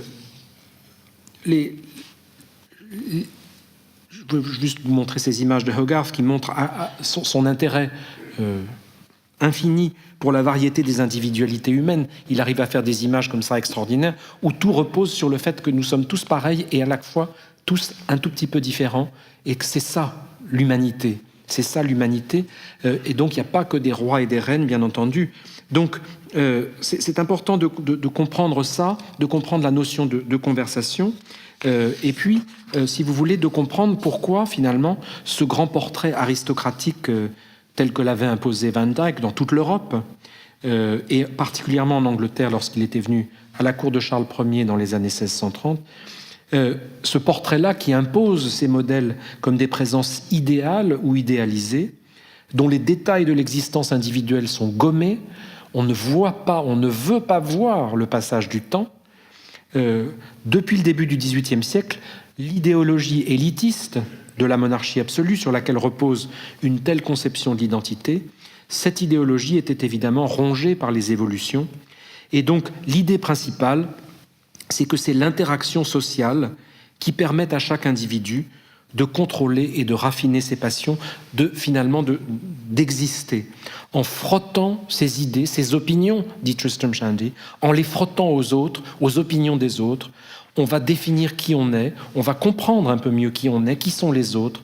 Et il y a là un formidable message qui est au cœur de la tolérance des Lumières, la compréhension de l'autre, de la différence de l'autre.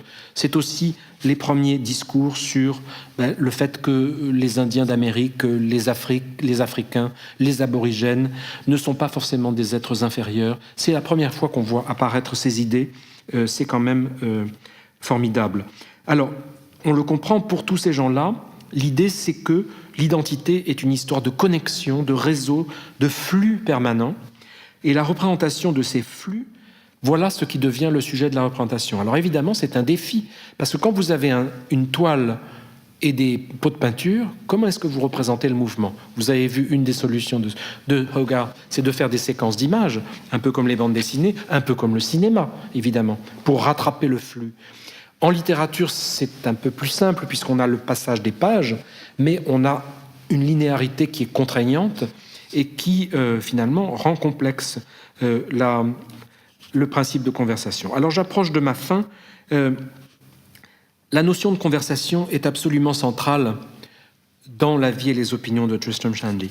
Et comme je le disais à Luc avant cette conférence, l'une des premières choses que Sterne a faites, avant de connaître le succès qu'il a eu ensuite, il est devenu une sorte de star littéraire de l'Europe, et reçu dans tous les salons, mais au moment de la publication, même juste avant la publication, première publication du premier volume de Tristram Shandy, il est allé voir Hogarth et il lui a dit « Est-ce que tu peux me faire des images, des illustrations pour mon Tristram Shandy ?»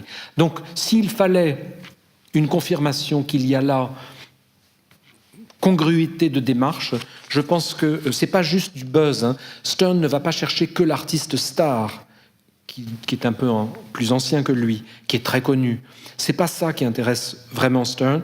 Ce qui l'intéresse, c'est cette même approche, cette même conception de l'identité, de la vie et des opinions, comme je l'ai dit. Je vous montre ici l'une des deux gravures que Hogarth a accepté sans grand enthousiasme de faire. Je suis pas certain même que Hogarth ait lu le livre. Je pense que c'est Sterne qui a dû lui donner quelques indications, mais je ne suis pas absolument convaincu que Hogarth ait lu, mais peu importe, on ne saura jamais et ça n'est pas très important. Il a donc fait deux images qui sont assez croquignolettes d'ailleurs, elles sont assez intéressantes, mais j'aime bien ce lien entre les deux pour enchaîner et conclure. Alors, comme je l'ai dit, Sterne, il vient en deuxième génération, après Defoe, Fielding, Richardson, etc. Il nous offre avec Tristram Shandy peut-être le plus brillant exemple de ce que le roman peut faire, et en même temps, là et pas là, la plus radicale des réfutations de ce que la littérature, de ce que la fiction ne peut pas faire, ou peut faire. C'est-à-dire, voilà, les limites de l'exercice, et ce qui est intéressant, c'est l'expérience des limites, plutôt que de gommer ces limites ou de prétendre qu'elles n'existent pas. Représenter l'âme humaine est une tâche impossible. Parler de quelqu'un, arriver à dire avec des mots qui est quelqu'un, est une tâche impossible. Et pour autant, la littérature est un des moyens d'essayer de le faire, la poésie en général. Comme tous ses prédécesseurs, Sterne choisit une histoire qui vise à décrire à quel point il est complexe pour tout individu d'intégrer une communauté sociale. À quel point, en fait, il est difficile de connaître la vie et les opinions de qui que ce soit. Et les prétendues conversations que Tristram nous rapporte font avant tout l'effet d'un collage. C'est très drôle, ça c'est vraiment très drôle dans le livre. Les gens se parlent mais ne se comprennent pas. Ils ne donnent pas le même sens aux mots. Donc on a des dialogues croustillants, remplis littéralement de malentendus. C'est-à-dire que chacun parle dans son coin et c'est une cacophonie que vous avez vu, la typographie du texte essaye de décrire par moments. Donc, les personnages passent leur temps à se parler, Ils passent leur temps dans la pièce qui est représentée ici dans la première gravure, le salon d'un petit cottage du Yorkshire, et ils vivent dans ce malentendu permanent qui est à la fois très drôle. Vous vous souvenez des conversations entre le capitaine Haddock et Trifon Tournesol dans Tintin, hein. Comme Tournesol n'entend pas, il répète les phrases du capitaine Haddock, sauf qu'il ne les a pas comprises, et le capitaine Haddock répond à ce que Tournesol lui répond, et ça donne des dialogues extraordinairement drôles d'absurdité. On est un peu dans le même esprit potache ici, sauf que il n'y a pas, comme il y a chez Swift beaucoup, il n'y a pas le caractère tout à fait désespérant de non, on n'y arrivera jamais, on ne se comprendra jamais, l'homme est profondément égoïste, mauvais, en tout cas égocentré, et donc ne cherche pas le réseau, ne cherche pas la conversation. Sterne, ne l'oubliez pas, est un pasteur, c'est un pasteur anglican qui cherche le juste milieu, hein. Les anglicans, c'est un peu de catholiques, un peu de protestants, une sorte d'équilibre, l'équilibre de la monarchie parlementaire, cette volonté de trouver the happy medium, hein, le point où on est à l'équilibre entre le corps et l'âme. Eh bien, le pasteur, lui, il veut ça aussi, c'est-à-dire qu'il veut essayer quand même s'il sait qu'il n'y arrivera pas, il veut quand même essayer, parce qu'il croit, de façon inquiète, avec le doute, il croit quand même à la perfectibilité de l'homme, de la vie sociale, il croit aussi en cette valeur formidable qu'est la liberté individuelle. Tristram Shandy, le livre, se présente vraiment comme un portrait moderne, progressif, en flux, en mouvement.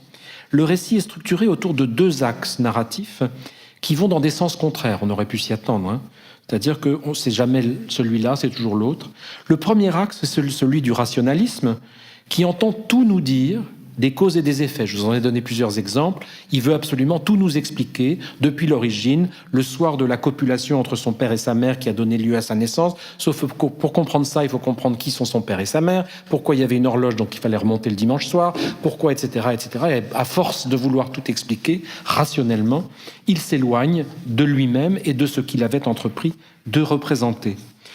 Donc, on est dans un mouvement qui va du particulier au général, c'est-à-dire que à partir des événements qui ont façonné cette vie totalement inintéressante qui est celle de Tristram Shandy, on arrive à un certain nombre d'observations sur ce que c'est que l'existence, l'impossibilité de savoir qui nous sommes, etc. Donc, un ensemble de vérités sur l'homme qui acquiert une portée universelle, au-delà, bien entendu, du caractère complètement anecdotique de l'histoire qui nous est à peine racontée.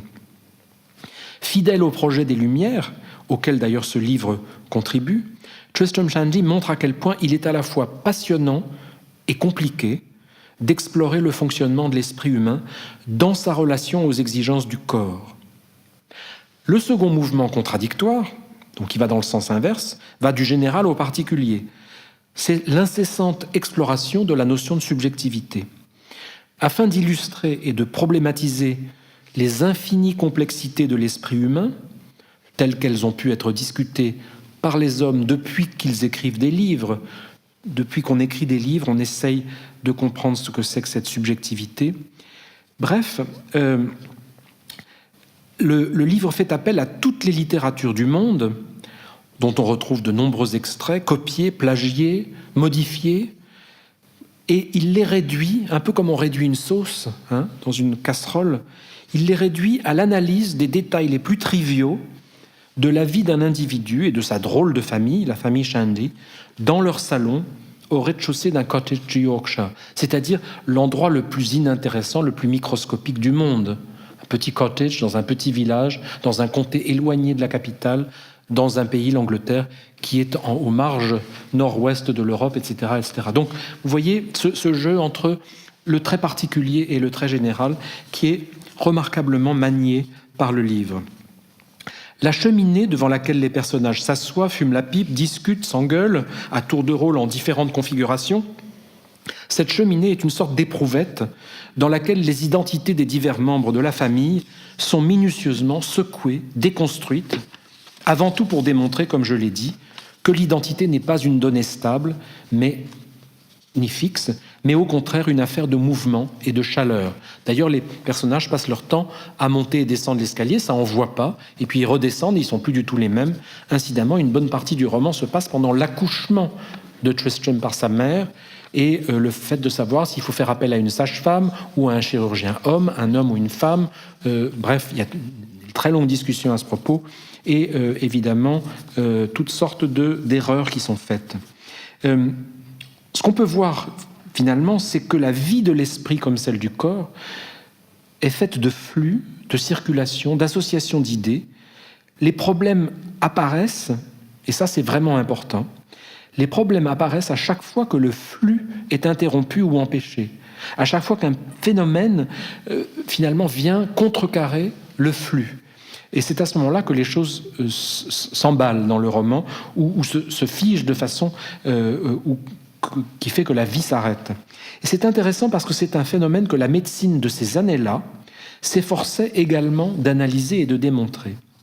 La première scène du roman que je vous ai lu tout à l'heure, scène pendant laquelle le flux des spermatozoïdes de M. Shandy est interrompu par la stupide question de Mme Shandy, stupide question à propos de l'horloge, cette scène peut à bien des égards être considérée comme on dirait une scène séminale, sans mauvais jeu de mots.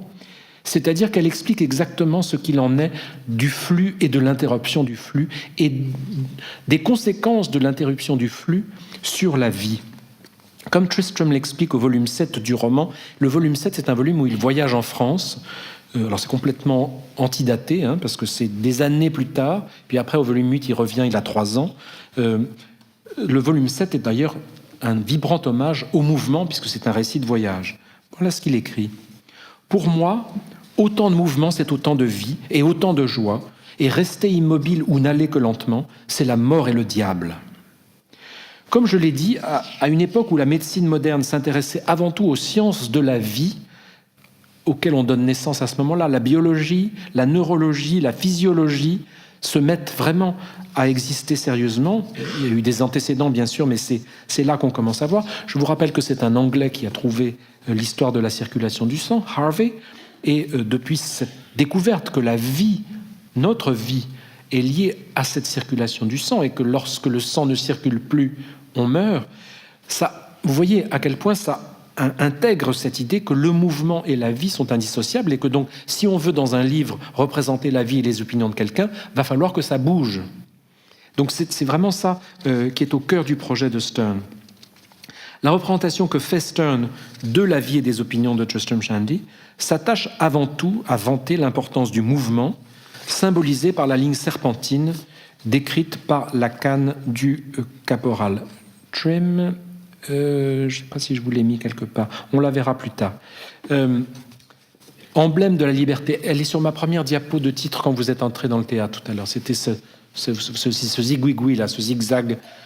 C'est en fait la représentation du bout de la canne d'un des personnages qui fait ça pour ponctuer son argumentation. Et en fait, ça lui permet à Sterne d'insérer à ce moment-là sa définition du chandéisme. Qu'est-ce que c'est finalement l'histoire de Tristram Shandy? Et voilà donc la citation, que je voulais vous le dire. Le vrai chandéisme, qu'on objecte ce que l'on veut à cela, dilate le cœur et les poumons, et comme les affections de même nature, forçant le sang et les autres fluides vitaux de notre corps à circuler à leur aise dans leur vaisseau, le vrai chandéisme fait tourner longuement et allègrement la roue de notre existence. Toujours ce combat contre la mort, l'idée d'un mécanisme qui continuera après, mais cette insistance sur le lien entre la vie et le mouvement des fluides. Comme pour le peintre, le défi le plus grand posé à l'écrivain est de parvenir à représenter cette circulation des fluides au travers d'une forme d'expression, la toile pour le peintre, la page pour l'écrivain, une forme d'expression qui a plutôt tendance à figer les choses, à fixer les choses. Il faut donc trouver les moyens de permettre aux complexités du travail de flux, de compréhension, d'apparaître dans le texte, sur la page, sans rendre évidemment le texte lui-même incompréhensible. Et surtout, de permettre au lecteur de prendre sa part au travail d'intellection. La vie est faite de mouvements complexes, contradictoires, et le but d'une biographie comme Tristram Shandy est de parvenir à capter ces lignes zigzags, à représenter cette complexité sans la simplifier, mais en la rendant intelligible. Le double défi, évidemment, ou presque le paradoxe. Le livre de Stern tente de prendre ce qu'il appelle l'apparence de la vie, d'où le côté complètement déconstruit apparemment du roman. On a l'impression que ça part dans tous les sens, mais c'est parce que la vie part dans tous les sens et que c'est bien que ça circule dans tous les sens. Donc, il faut arriver à rendre compte de ce mouvement dans tous les sens, qui est au cœur de la vie, sur un médium fixe qui est la page, sans dérouter le lecteur, et dérouter est une métaphore qui n'irait pas, mais c'est intéressant aussi. Enfin bref, vous voyez le défi, et là on commence à comprendre à la fois pourquoi ça dure 900 pages, pourquoi ça s'arrête à un moment donné sans être conclu, parce qu'il ne faut pas interrompre le flux, bien entendu. Donc, j'ai déjà mentionné les nombreux artifices techniques dont le romancier a fait usage, l'absence de clôture finale, donc l'absence de conclusion, un nombre incroyable d'histoires commencées mais jamais terminées, c'est très agaçant d'ailleurs, le recours permanent à la digression. Ah oui, avant que je vous parle de ça, il faut que je vous parle d'autre chose. Ah oui, mais attendez, avant que je vous parle d'autre chose, il faut que je vous parle de ça. Au bout d'un moment, c'est étourdissant. Les prolongements visuels au moyen de tout un arsenal de détails graphiques, des tirets, des espaces blancs, des petites mains, des pages blanches, des pages noires, des pages marbrées. Je vous montre ici la page marbrée. L'emblème de mon existence, dit Tristram Shandy. Emblème de mon existence. Elle était en couleur à l'époque, dans les éditions originales. Elle a sauté de beaucoup d'éditions modernes, et de même les tirets. Il y a tout un arsenal de tirets de tailles différentes, dont toutes les éditions modernes, ramènent à une seule taille, parce qu'ils n'ont pas le temps. Mais c'est très réductif, évidemment, c'est très réducteur, pardon, et très dommage. De façon très semblable à Hogarth, Stern ne cesse de suggérer que la vérité, que le sens, que la connaissance n'est en fait qu'une impression fugace, que l'on ressent quelque part entre les lignes du texte, dans ces espaces ouverts qui encouragent le mouvement perceptif du lecteur. Le texte n'affirme jamais « je vais vous dire ce que c'est que la vie et les opinions ». Le texte nous invite à aller se lover dans les interstices, les espaces blancs, les trucs bizarres, pour essayer de comprendre la complexité d'un esprit humain et de se dire, non pas « Eureka, j'ai compris », mais de ressentir la compréhension. C'est quelque chose que, évidemment, les artistes cherchent à faire. Ils ne passent pas par le traité philosophique, ils passent par le ressenti pour faire comprendre quelque chose. C'est ce que fait le poète, c'est ce que fait le peintre. Voici ce que dit d'ailleurs Stern à propos de ces espaces ouverts. « Les attitudes, madame, ne sont rien. C'est le passage, la transition d'une attitude à l'autre qui, comme la préparation et la résolution de la dissonance, le sont à la résolution de l'harmonie, est ici indispensable. » Voilà, c'est cet intervalle, c'est ce moment où la dissonance va retrouver l'harmonie. C'est ce passage-là qui va faire la compréhension du lecteur. Dans la confrontation qui s'opère entre le rationalisme d'un côté et les ingérences irrationnelles de la subjectivité, le lecteur est invité à naviguer selon une trajectoire toute serpentine. Voilà ce que ça va donner. La critique du rationalisme, elle se fait à travers le personnage du père de Tristram, Walter Shandy, qui a un propos constamment dogmatique. Il a une explication pour tout. Ils peuvent tout vous expliquer. Il a une construction rationnelle de tout, et il aboutit à toutes sortes d'édifications de systèmes de pensée qui s'écroulent d'ailleurs les uns après les autres. Mais il est assis dans son salon, il fume sa pipe et il vous reconstruit le monde en système, un peu comme l'entomologiste avec les papillons. Il plante ses aiguilles, ses épingles, et il vous immobilise tout ça, sauf qu'évidemment, en figeant les choses dans les systèmes, il détruit la vie puisqu'il interrompt le flux. A contrario, le récit est parcouru d'une histoire secondaire qui devient très vite l'histoire principale, celle des amours de l'oncle de Tristram Shandy, l'oncle Toby, un des plus merveilleux personnages de la littérature anglaise, qui occupe finalement tout l'espace narratif et qui permet de montrer, par toutes les bifurcations de cette histoire amoureuse complètement absurde, que la vie ne peut pas se décrire par un simple enchaînement de lignes droites.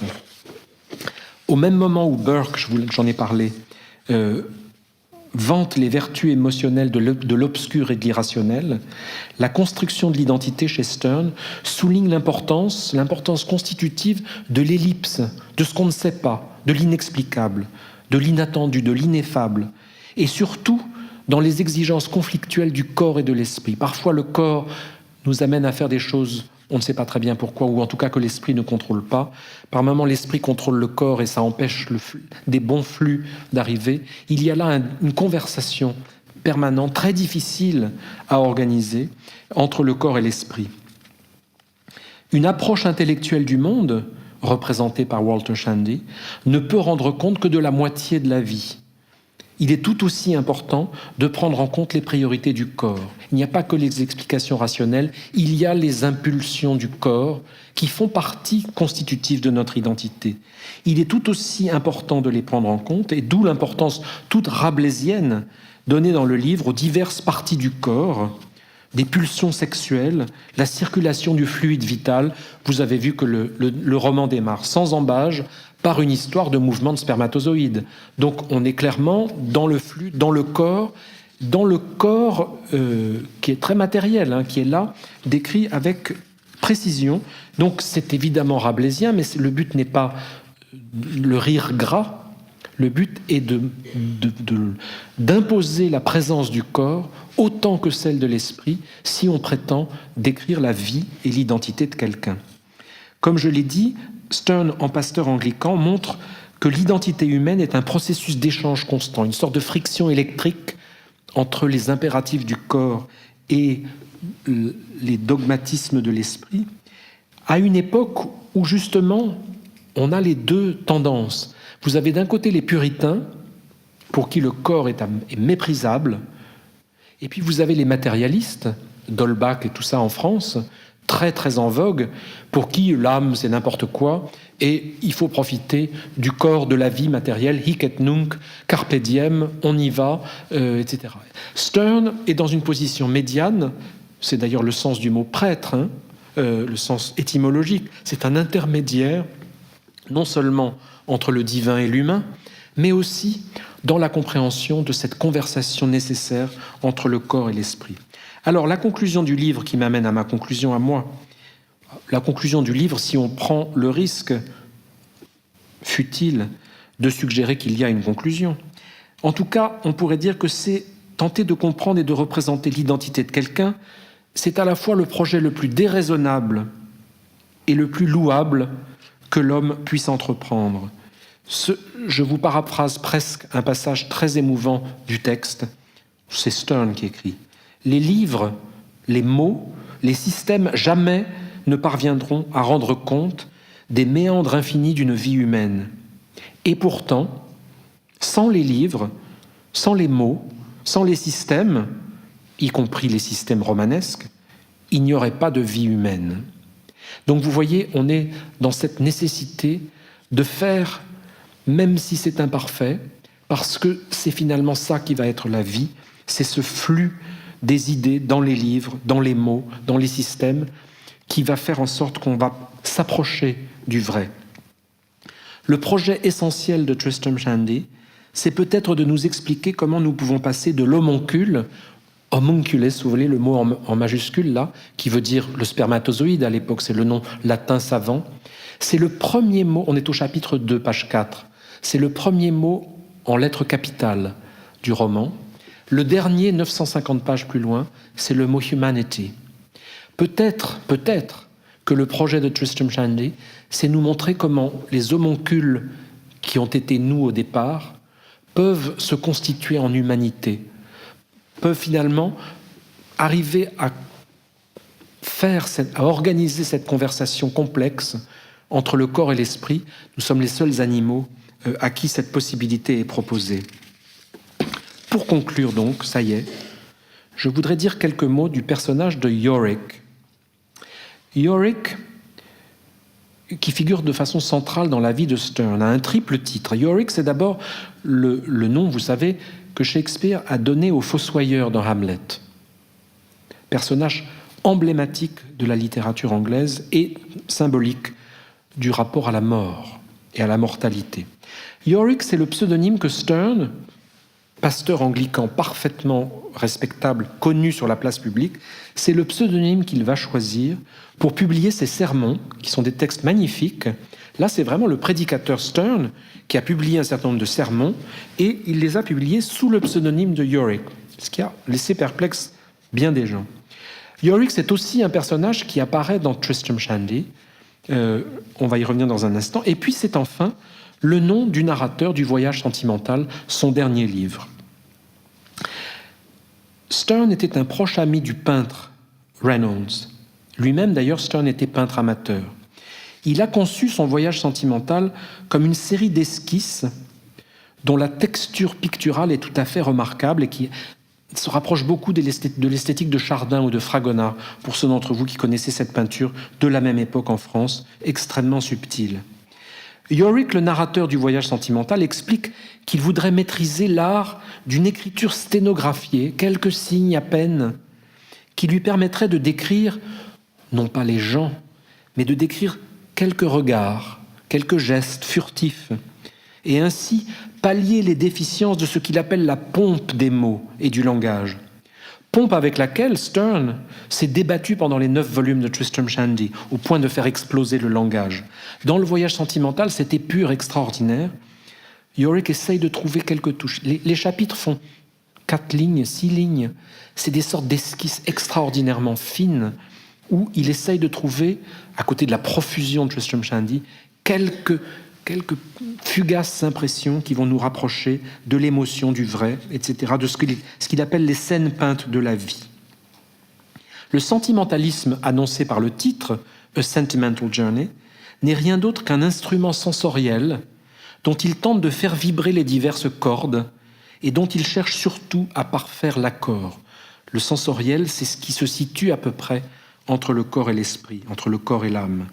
Ce sentimentalisme encourage à se débarrasser de nos préjugés domestiques pour aller voyager. Sentimental journey, un voyage sentimental.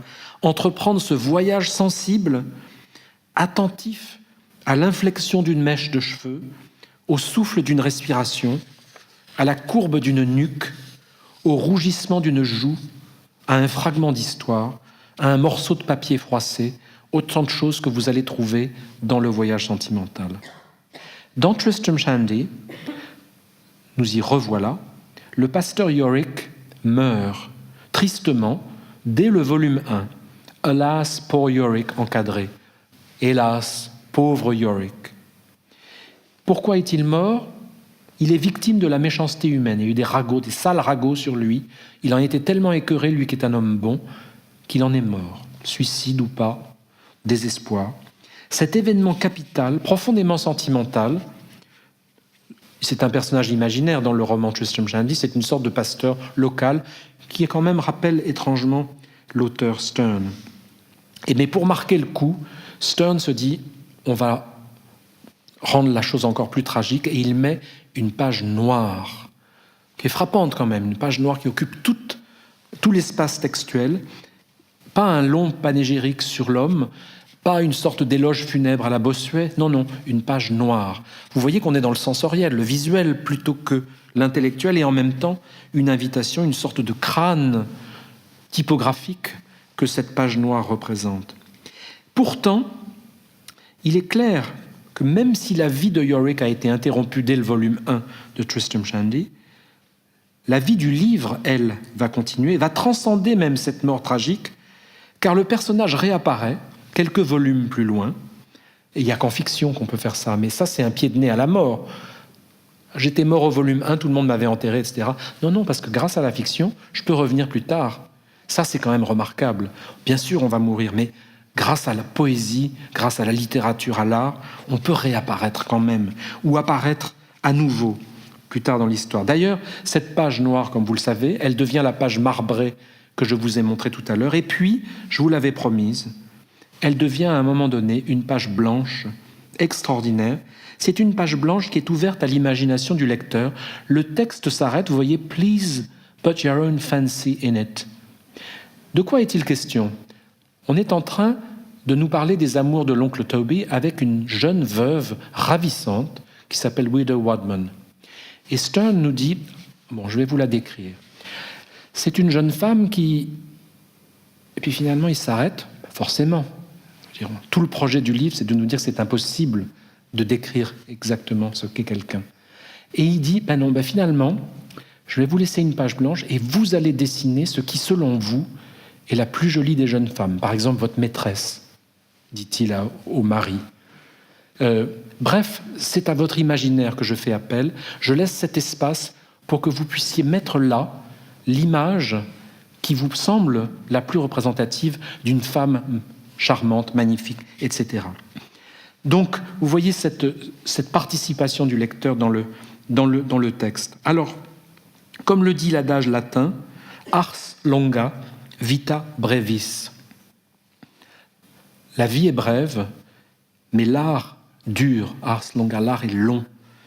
L'artiste et le poète sont doués de cette remarquable faculté, leur permettant de prolonger la vie au-delà de la page noire et de construire l'identité de telle sorte que notre vie biologique et intellectuelle, corps et âme, soit transcendée par cette humanité en lettres capitales qui figure peu avant la fin du livre. Je vous remercie.